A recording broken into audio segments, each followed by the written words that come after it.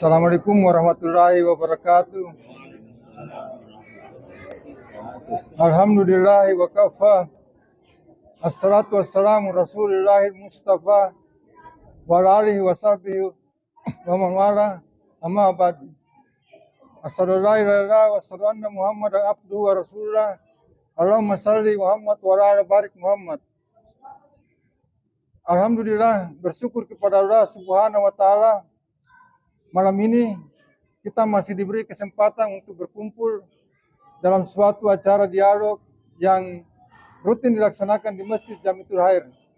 Malam ini kita akan mengangkat tema kenapa ada perang atau kenapa ada peperangan. Ada beberapa kejadian yang dapat memakan korban manusia yang begitu banyak. Pertama, bencana alam. Kedua, wabah suatu penyakit. Dan ketiga, perang. Tapi malam ini kita tidak akan berbicara tentang bencana alam atau wabah suatu penyakit. Tapi kita akan membahas tentang perang itu sendiri. Kalau kita lihat dalam sejarah kehidupan manusia, begitu banyak perang yang pernah terjadi. Sebelum masuk di abad Masehi, ketika masih Yunani klasik, itu sudah ada peperangan. Misalnya penaklukan Yunani atas Persia dan penaklukan Babilonia atas Yunani itu sendiri. Masuk di abad Masehi, terjadi lagi perang. Seperti penaklukan Romawi Misambio, dan Misambio ditaklukkan lagi oleh pasukan Islam. Dan masuk di abad modern, terjadi lagi perang. Perang Dunia Pertama, Perang Dunia Ketiga, Perang Teluk, bahkan Perang Dingin yang kita sudah anggap berakhir. Bahkan yang terakhir yang kita dengar, ada perang yang sangat hebat, yaitu Rusia dengan Ukraina. Dan yang paling terakhir adalah yang kita ketahui adalah perang antara Israel dengan Palestina. Saya ingin sedikit berbicara tentang perang Palestina dan Israel. Ada beberapa hal yang perlu dicermati kejadian di Palestina hari ini. Pertama, genosida kemanusiaan, pembantaian kemanusiaan, pembantaian terhadap manusia di Palestina sudah melampaui ambang batas, sudah sangat keterlaluan. Digambarkan di dalam Al-Quran di surat Al-Isra, wala ta'lamuna aulan kabira. Sungguh mereka melakukan 2 kali kejahatan atau keributan di muka bumi, dan mereka melakukan dengan sombong sesombong-sombongnya. Hari ini terbukti kejahatan-kejahatan perang yang dulunya tidak pernah hadir di muka bumi ini sekarang nampak di depan mata kita. Setidaknya mereka membuat penjara di Palestina. Ada 3 penjara yang dibuat orang-orang Israel di Palestina. Pertama, di tepi barat, mereka membuat penjara berupa tembok yang sangat tinggi. Kedua, di Al-Quds, di Baitul Maqdis, mereka membuat penjara dengan cara memiskinkan masyarakat di sana, menutup akses ekonomi, dan melarang hidup bebas untuk menjalani kehidupannya yang layak. Dan yang paling parah pasti di Gaza. Mereka memblokade negara, memblokade Gaza itu, dan mengembargo segala bentuk hajat kehidupan di Gaza itu. Bahkan mereka dihujani dengan senjata-senjata yang sangat berat, rudal-rudal yang hebat, bahkan roket-roket yang hebat, yang semuanya itu dilarang dalam konferensi Jenewa. Tapi apa yang kita ambil dari semua itu? Dan bahkan yang terakhir yang dimiliki Israel adalah bom tanding. Bom tanding ini adalah bom lempar. Ketika dilempar hanya dalam hitungan detik, rumah sakit al-Ahli itu hancur, porak-poranda dan sekitarnya. Kontal 500 jiwa melayang dengan bom itu. Coba kita bayangkan, semuanya dilarang. Semuanya dilarang dalam konferensi Jenewa penggunaan bom-bom yang dengan alat senjata yang berat. Tapi kenyataan hari ini, Amerika beserta sekutunya terang-terangan datang ke Israel membantu mereka dengan membawa senjata-senjata yang penghancur manusianya. Apa yang dihancurkan? Rumah sakit, sekolah-sekolah, bahkan kampus, tempat orang mengungsi tidak luput dari serangan mereka. Bahkan rumah-rumah sipil dihancurkan, bahkan konvoi-konvoi masyarakat sipil yang ingin menyelamatkan dirinya tidak luput dari serangan roket. Inilah bencana kemanusiaan yang terbesar hari ini yang kita ketahui. Dan yang kedua, yang menarik dicermati di Palestina itu, menurut katanya, Israel adalah pasukan yang terhebat, pasukan yang tak terkalahkan, pasukan yang memiliki senjata terlengkap, didukung oleh negara-negara hebat di belakangnya, negara-negara kuat. Tapi konon katanya pasukan ini mustahil dikalahkan. Tapi apa kata mereka di sana?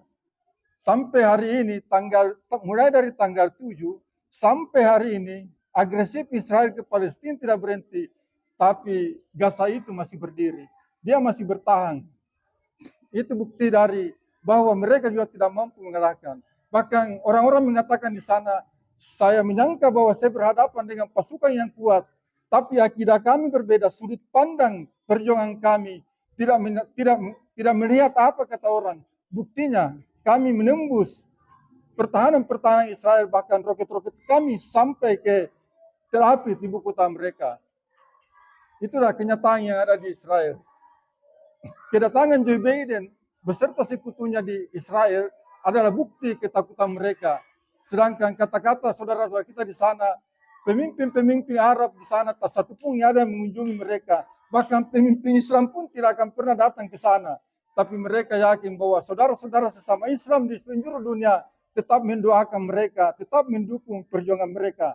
Itulah harapan mereka dari semua itu. Nah, terlepas dari semua itu, kita masuk pertanyaan yang paling penting. Kenapa ada perang? Kenapa terjadi perang? Nah, itulah materi yang kita akan bawakan hari ini. Kenapa bisa terjadi perang? Sedangkan manusia menghadirkan makhluk manusia di muka bumi ini bukan untuk berperang, bukan untuk saling membunuh. Makhluk yang dihadirkan adalah Khalifah sebagai makhluk yang pembawa nilai-nilai kebaikan. Tapi faktanya di muka bumi terjadi saling membunuh, saling perang. Jadi ada beberapa faktor sehingga terjadinya perang itu. Pertama, perang itu terjadi karena kerakusan manusia itu sendiri. Manusia itu rakus. Manusia seperti harimau terhadap manusia lain. Manusia punya hasrat, ingin mendominasi, ingin menguasai yang lain sampai batas-batas tertentu. Dengan dasar moral itulah manusia berjalan tanpa mementingkan orang lain, hanya mementingkan diri sendirinya. Dengan berjalan itulah yang menimbulkan keserakahan di dalam diri manusia.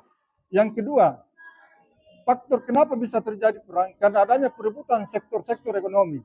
Jadi setiap perang yang dilakukan di Arab pasti ada sektor ekonominya. Walaupun ceritanya perang itu beratasnamakan suku, etnis, agama, pasti ada nilai ekonomi yang tersembunyi di balik perang yang dilakukan negara itu. Yang ketiga adalah perang peradaban. Setiap negara di dunia ini memiliki peradaban-peradaban yang beda, yang satu sama lain tidak mungkin saling menyatu. Dan apabila dia bertemu, maka terjadi suatu gesekan, terjadi suatu benturan.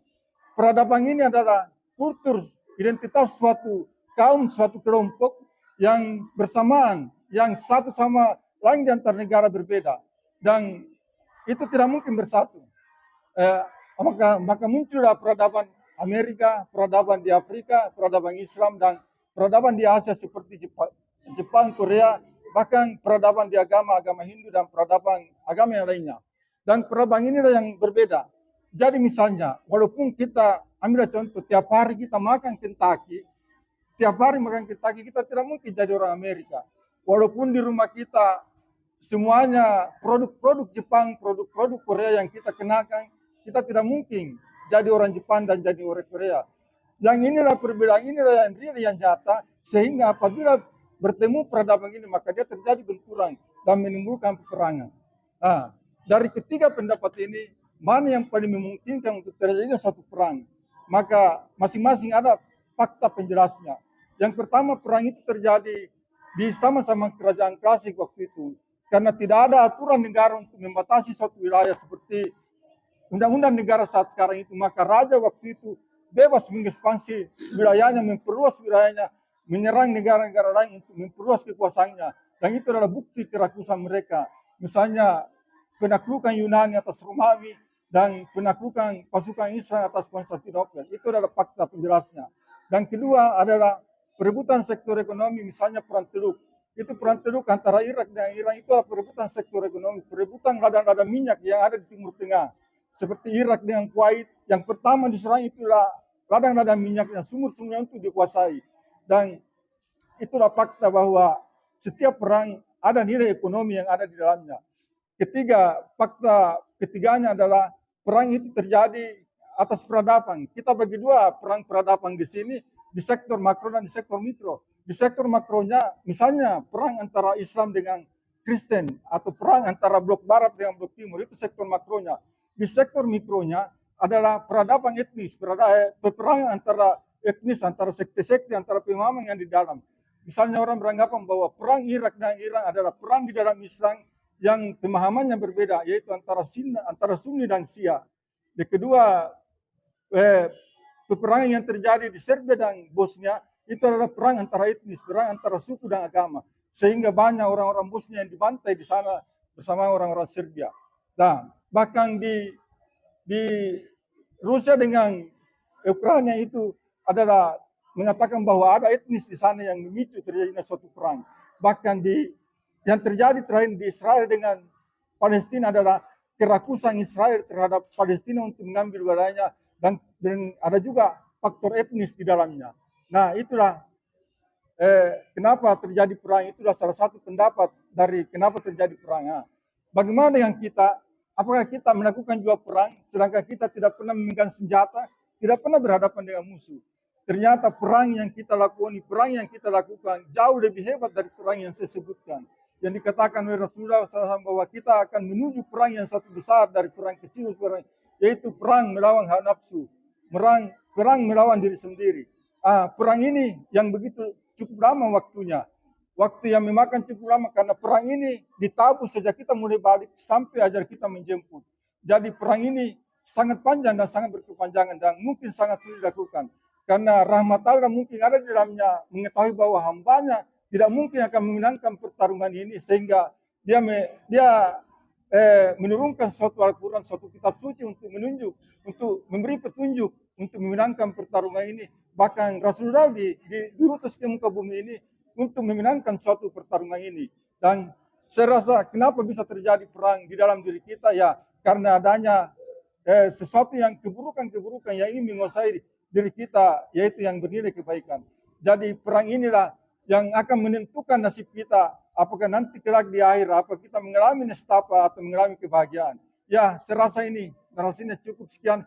Mudah-mudahan Allah membimbing kita untuk memenangkan pertarungan ini dan kita sampai kepada apa yang kita inginkan, yaitu surga itu sendiri. Ya, mudah-mudahan teman kita, saudara-saudara kita ingin menambahkan. Terima kasih. Ya, cukup sekian. Assalamualaikum warahmatullahi wabarakatuh.